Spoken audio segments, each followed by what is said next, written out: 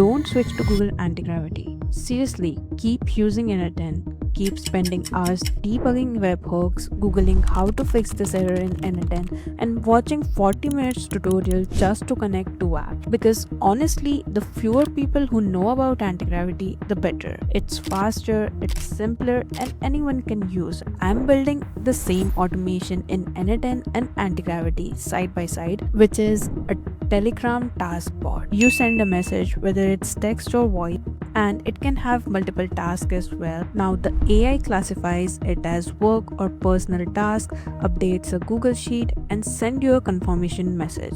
So same workflow, two different platforms, and by the end of this video, a reason to switch from n8n to Google Anti-Gravity. So let's begin by creating the workflow in Anti-Gravity. Open Anti-Gravity if you don't already have it, and head to antigravity.google, click on the download button, and choose an installer according to your operating system and architecture. Once you have it all set up, you can go ahead, open a folder or create one. Right now I'm going to click on this open folder, and here I'm going to create a new folder and simply select that, and this will open up a file editor for you. Now give it the permissions, and this will be your basic anti-gravity layout. Basically, on your left you have your file viewer where all the files in this folder will be listed. In the center you have the file viewer, the left was file explorer, sorry my bad, and on the right you have the main hero element, which is the agent. Here you only have to enter in whatever you're trying to build in simple language, and it will create that for you. But before prompting, let me in you on a little secret. Start by creating a file in your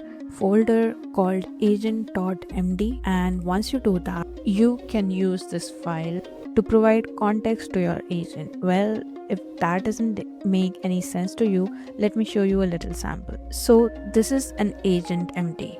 It's basically a markdown file which gives a whole overview of your project, starting from the logic, technologies that should be used, libraries to use, strategies, etc. This helps you lay down a foundation for your project and also saves token when you're trying to enter in a prompt. So think of agent.md as the brain of your project or workflow. And another file that I've created is skills.md. Think of this as hands of agent. It basically tells the agent how it can use the tool and specify the output that you want. Now, if you want, you can skip these steps as well, but they are very useful when you are trying to be precise and detailed. And you don't have to create these files on your own. You can simply use any sort of AI, tell them the workflow or the idea that you want to build, and ask it to create agent MD and skills file, which can be helpful for giving context to your agent. Or if you want, you can jump head straight into building, but that would make your process lengthier because you'll have to reiterate a few times to get the right output. Now we have our agent right here. I'm going to select the planning mode with Gemini 3 Pro. Now for my prompt, I'm going to keep it really simple, and to actually refer these files in my prompt, I'll have to use the @ like this, and then choose the files option and select the file that I want to refer. Like I want to refer the agent MD. So here's what my final prompt looks like. It's pretty simple. I've provided two files and you have to read it to implement the complete Telegram task dispatcher system. Now all I have to do is send this prompt. It has analyzed the files and created an implementation plan as well as the task list. So here's the implementation plan, and if you want to make any changes, you can go ahead, add in any sort of comments on any number of lines, and that will be changed according to the comment you have added. Like here it has asked me to do manual verification, which is correct, and here it has asked me to add my API keys in env file, but I'm going to change this and tell it that I'll be adding it in the chat later and it can integrate those. Simply click on the add comment and it will be added to your implementation plan, and you can simply submit it. While that's going on, let me show you exactly how you can create a Telegram bot to connect with this workflow. You can either use Telegram web or your mobile application and search for a bot called bot father and then start a chat with it. Here you'll have to enter in this command, which is new bot, and once you do that it will ask you to enter a name for your bot. Let's call it my task tracker. Now you'll have to provide a username for your bot, which should end with bot, like this. So this is the username that I'm giving, and now you'll receive this text message which has two important things. First off, the link to your bot, and second of all, it has the token that will give the access to the HTTP API. So you have to copy this token and you can click on this link to open your task bot. Now back in our anti-gravity, the implementation has already been done, so let's paste the API key here. We will also have to add in our Google API key, for which we'll head to the Google AI Studio. Now on your left hand side you'll see get API key. Here you can simply copy this default API key that you already have, and don't worry, it is free. And once that's done, I'm going to send this. Okay, so our bot is now working, so let's test it out. This is our bot. Click on the start button, and now I'm going to type in a message, and here's what it looks like. It has two tasks, so let's see if the bot actually works. And here we go, it has given me a response that the tasks have been added. Now let's go and check our data sheet if these tasks have been reflected in that or not. So back in anti-gravity we have two files. One is task.excel, which is this right here, and the second one is personal task, and both of them have the task that I've just added to the chat, so it's definitely working. Now I want to test out the second feature, which was that I can literally dictate and send an audio message and it will transcript it and add the task according to the message. So here we go. There are some critical bugs which I have to fix within next 2 hours. Apart from that, I have to set up the database for tomorrow and also call the admin so that they can give the new device for our newest team member, and also I have to attend a dinner with friend tonight, so just remind me all these. Now I've sent this audio message and here I have the responses. First of all, it has given me a transcript which I don't really need, so I'm going to ask agent to turn off this feature from here, and it has given me all the tasks that are being added. So despite the fact that all these tasks are added to my sheet, this is a good thing that I have a quick summary of my tasks right in my chat as well. So here we have both the updated sheet, which is perfect. But this is where it gets interesting, because I've clearly implemented the workflow in anti-gravity, but I'm going to use the same workflow but a different platform, which is n8n. And let's see how complicated or easier that is for me. So I've logged into my n8n and I'll start by adding a trigger node here, which is an on message trigger. Next, I'll have to add in my credential, which is the access token. And after that's done, I'll have to test whether or not this trigger is working by clicking on this button right. So I had to create a new bot because we can use just one Telegram trigger for each bot. And now for the trigger out here, I've added a and I got my response. Now this response is in certain format, but we have two possibilities. Either we have a text or an audio. So we'll have to add in a condition loop. I've added an if node. Now I'll add in the condition for that, which is if text exists, then don't call the AI agent, else you have to transcribe. So I'll have to add in nodes for that logic as well.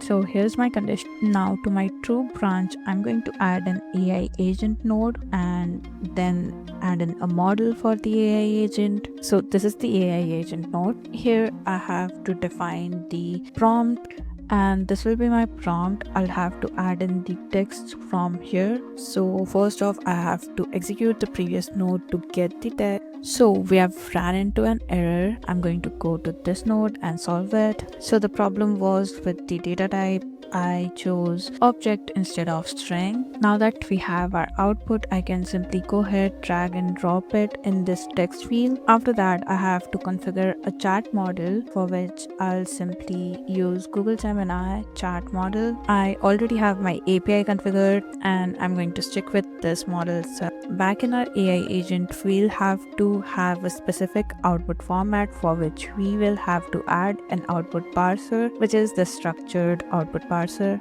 And here I'll have to enter in a JSON example. So this is the format of the output that I want. And now our AI agent is sorted, but we have to fix our false path as well. So I'm going to add in a get file node from Telegram itself. Here I'll have to add in a file ID. So unless you're a professional developer who knows all the structure of your output, you will have to send a file in your bot chat, which will give you a formatted output in here and you can add it. Okay, so I added a file into my chat and now I have this output right here. So I'm going to drag the file ID into this and now I get my output, but this is not the final output. I just got my file. Now I have to transcribe it and then add it to my AI agent as well. So again, for transcription, I'm using Google Gemini and I've changed some settings. Now if I execute this, I got this transcription. I'm going to pin this because I'm getting rate limited by Gemini for sending too many requests. Okay, so now I'll have to attach this with the AI agent as well and format this a bit so that I can add either this text or the transcribed text. So I've added that as well, after which we will have to add in a splitter because there is a possibility that the agent would give multiple items as an output, as we know that we can add in multiple tasks at a time. So I'm going to add a splitter here and then I'll actually have to execute the previous node again to add this output over here. After that, I'll again have to add in a condition so that we can add tasks on the basis of our main categories, which is work and personal. So here I've added the if condition with two Google Sheet nodes that have the API as well as the sheet and the document selected with all the task element listed out and mapped according to the columns of the sheets. Now after our sheet data is being appended, we will have to send a notification back to our Telegram so that the user gets to know whether or not the tasks have been bifurcated and added to sheet, for which we'll use a merge node and then a Telegram trigger node. I had to add the chat ID from the Telegram trigger in the very beginning and I had to limit it to execute once only because I don't want the bot to spam if there are multiple tasks. Just a backup because we are already using this merge append. Now here's what our whole workflow looks like. And let's see how it works. Create a presentation for Sunday's meeting. So I've sent this voice message. Okay, so here I have the response. And this is the Google Sheet. I've added this formatting, so don't think that n8n did that. And also this is my personal sheet. Now it's time for the final verdict and the recap of the whole workflow that we followed. First off, in anti-gravity, we created agent.md and skills.md, entered this prompt right here, and then all we had to do is create a Telegram bot and add in the access token. And that's about it. Our application and workflow was ready, fully functional. On the other hand, in n8n, we had to add in the Telegram trigger with access code, then condition, configure AI agent, add in the system prompt, add in the Google Gemini API key to set up this model right here, create a structured output format, again add in another condition, after which we had to set up the sheet as well as the Google API again, because this Google API and this Google Sheets API are two different things, then merge it and send the text message. So if I count correctly, we have 3 API configuration, 2 condition loop, 11 nodes and 2 tools. And how many did we use in anti-gravity? That's right, none, because all we had to do is enter in prompt, which was in our simple language. It was like we are explaining what we are building to a friend and that just created it. And on top of that, we had to solve all of the n8n errors by ourselves, whereas anti-gravity has a brain and thinking process of its own, so it can self-heal through these errors. And even though if it doesn't and there are some execution errors while we are testing out the product, we can simply ask it to fix them by mentioning them in our next prompt. So me personally, I would prefer anti-gravity over n8n any day. Unless you're trying to feel like a professional developer, you would too. So here's the challenge: go to anti-gravity, pick any of the n8n workflow you have already created and rebuild it in anti-gravity. Time yourself and you'll notice the difference yourself. And if you're someone who was always intimidated by n8n, this is your chance to create automation workflow without any heavy lifting. So that's it. Thanks for watching and comment down below which one do you prefer, anti-gravity or n8n.